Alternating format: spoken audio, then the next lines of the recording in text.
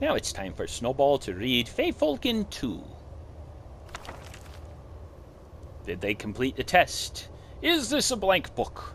Let's find out. FEYFOLKEN, Book 2 by Wengyun Jarth. Wengyun Jarth makes everything!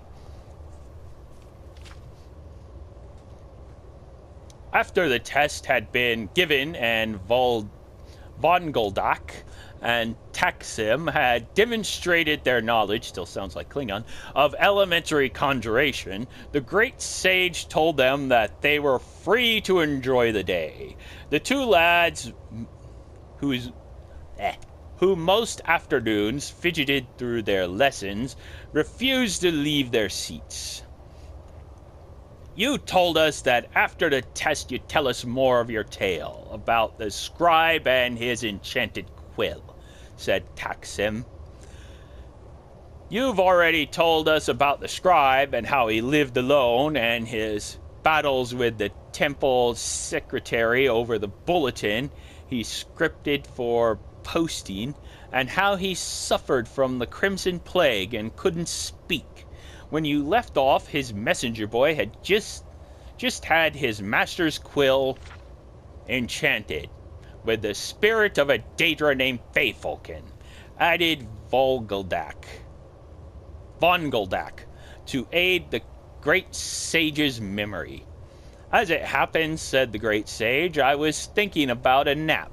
However, the story does touch on some issues of the natures of spirits, and thus is related to conjuration. So I'll continue. Thorobad began using the quill to write the temple bulletin, and there was something about the slightly lopsided, almost three-dimensional quality of the letters that Thorobad liked a lot. Into the night, Thorobad put together the Temple of Ariel's bulletin for the moment he washed... Into the night, Thorobad put together the Temple of Ariel's bulletin. For the moment he washed over the page with the FEYFOLKEN quill. It became a work of art, an illuminated manuscript crafted of gold, but with good, simple, and strong vernacular. The sermon excerpts read like poetry, despite being based on the archpriest's workmanlike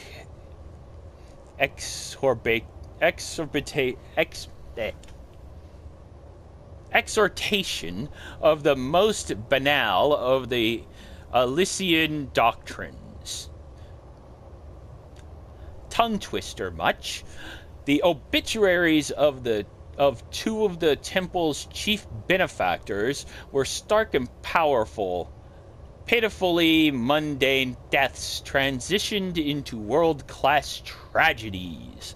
Thorobad worked the magical palette until he nearly fainted from exhaustion. At 6 o'clock in the morning, a day before the deadline, he handed the bulletin to Gorgos for him to carry to Alfiers, the temple secretary. As expected, Alfiers never wrote back to compliment him or even comment on how early he had sent the bulletin. It didn't matter. Thorobad knew it was the best bulletin the temple had ever posted. At 1 o'clock on Sundas, Gorgos brought him many messages. The bulletin today was so beautiful, and I read it in the vestibule. I'm ashamed to tell you I wept copiously, wrote the archpriest. Creepy. I don't think I've seen anything that captures Ariel's glory so beautifully before. Daedric pen. The cathedrals of first hold pale in comparison.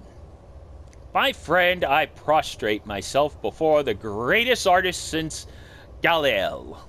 The archpriest was, like most men of the cloth, given to hyperbole, since Thorobad was happy with the compliment. More messages followed.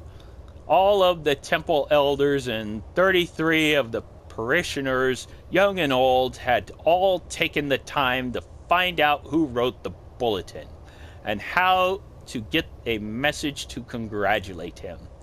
And there was only one person they could go through for that information: Alfiers. Imagine the dragon lady besieged by his admirers, filled Thorobad with positive glee. He was still in a good mood for the next day when he took the ferry to his appointment with his healer. Telemichiel, the herbalist, was new, a pretty Redguard woman who tried to talk to him even after he gave her the note reading, "My name is Thorobad Huzuk, and I have an appointment with Telemichiel for 11 o'clock. Please forgive me for not talking. I have no voice box anymore."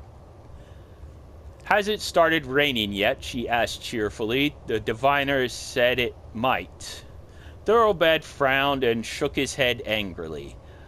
Why was it that everyone thought that mute people liked to be talked to? Did soldiers who lost their arms like to be thrown balls? It was undoubtedly not a purposefully cruel behavior, but Thorobad still suspected that some people just liked to prove that they weren't crippled too. The examination itself was routine horror. Telemichiel performed the regular invasive torture, all the while chatting and chatting and chatting. You ought to try talking once in a while. That's the only way to see if you're getting better. If you don't feel comfortable doing it in public, you could try practicing it by yourself, said Telemichiel. Knowing her patient would ignore her advice,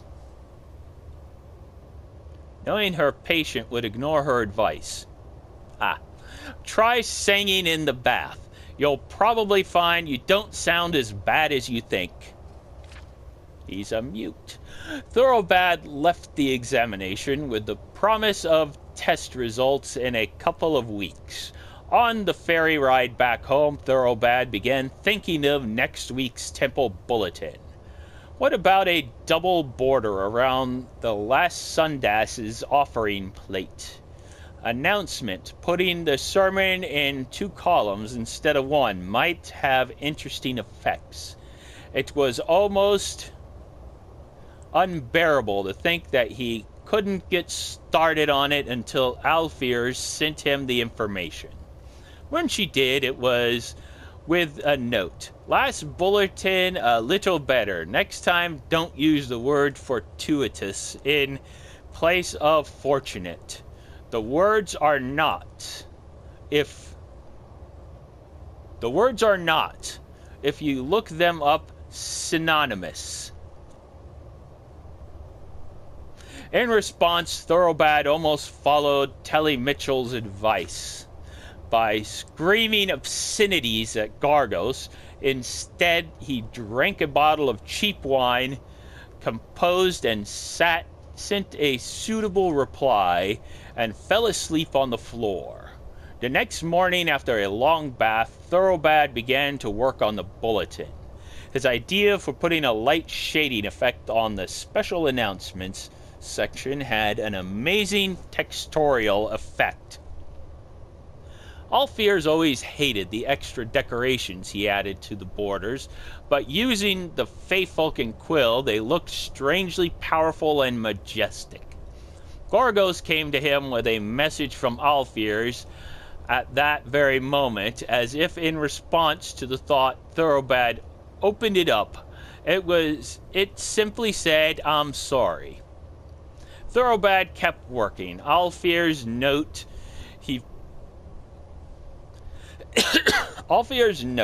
he put from his mind, sure that she would soon follow it up with complete message. "I'm sorry that no one ever taught you to keep right hand and left hand margins the same length, Or, I'm sorry, we can't get someone other than a weird old man as a scribe of our bulletin. If it didn't matter what she was sorry about, the columns from the sermon notes rose like the massive pillars of roses, crowned with unashamedly ornate headers. The obituaries and birth announcements were framed together with a spherical border as a heartbreaking declaration of the circle of life. The bulletin was simultaneously both warm and avant-garde. It was a masterpiece. When he sent it off to Alfear's late that afternoon, he knew she'd hate it, and was glad. Thoroughbad was surprised to get a message from the temple on Loredas. Before he read the content, he could tell from the style that it wasn't from Alfear's. The handwriting wasn't Alfear's, usually belligerent slashing style, and it wasn't all in Alfear's usual capital letters, which read like a scream from oblivion. Thoroughbad, I thought you should know, Alfear's isn't at the temple anymore. She quit her position yesterday very suddenly. My name is Vanderthill,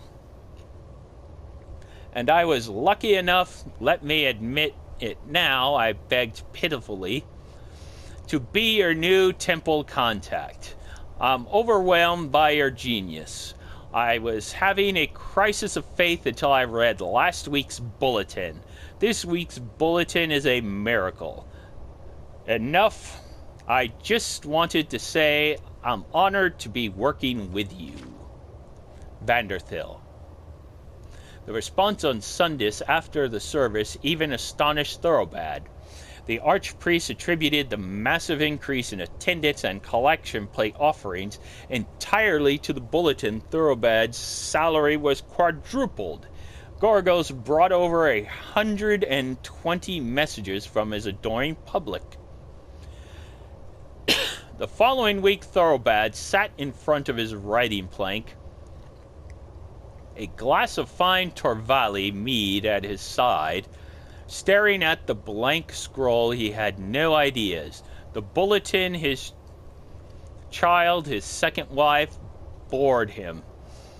The third-rate sermons of the Archbishop were absolute anathema. Anathema? And the deaths and births of the temple patrons struck him as entirely pointless. Blah, blah. He thought as he scribbled on the page.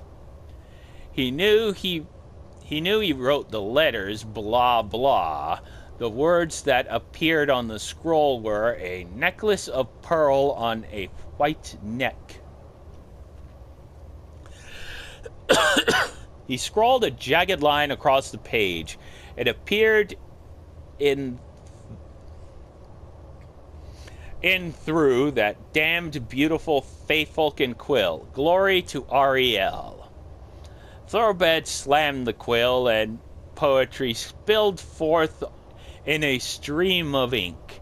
He scratched over the page, blotting over everything, and the vanquished words sprung back up in different form, even more exquisite than before. Every daub and splatter caused the document to whirl like a kaleidoscope before falling together in gorgeous asymmetry. There was nothing he could do to ruin the bulletin. FEYFOLKEN had taken over.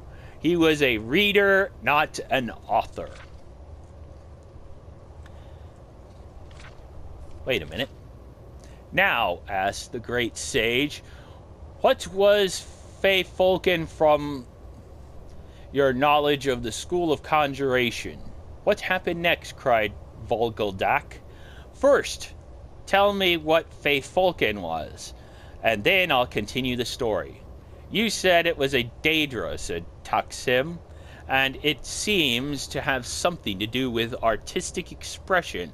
Was FEYFOLKEN a servitor of Azura? But the scribe may have been imagining all of this, said Volguldak. Perhaps FEYFOLKEN is a servitor of Sheograth, and he's gone mad, or the quill's writing makes everyone who views it, like all the congregation at the Temple of Ariel, go mad. Hermaeus Mora is the Daedra of knowledge, and Hircine is the Daedra of the wild, and the Daedra of revenge is Boethia, pondered Taksim, and then he smiled. FEYFOLKEN is a servitor of Clavicus Vile, isn't he? Isn't it? Very good, said the great sage. How did you know? It's his style, said Taksim, assuming that he doesn't want the power of the quill. Now that he has it, what happens next? I'll tell you, said the great sage, and continued the tale. In the next book, apparently. Well, that is Snowball reading FEYFOLKEN 2. FEYFOLKEN 3, coming up soon! Have a good day. Bye-bye.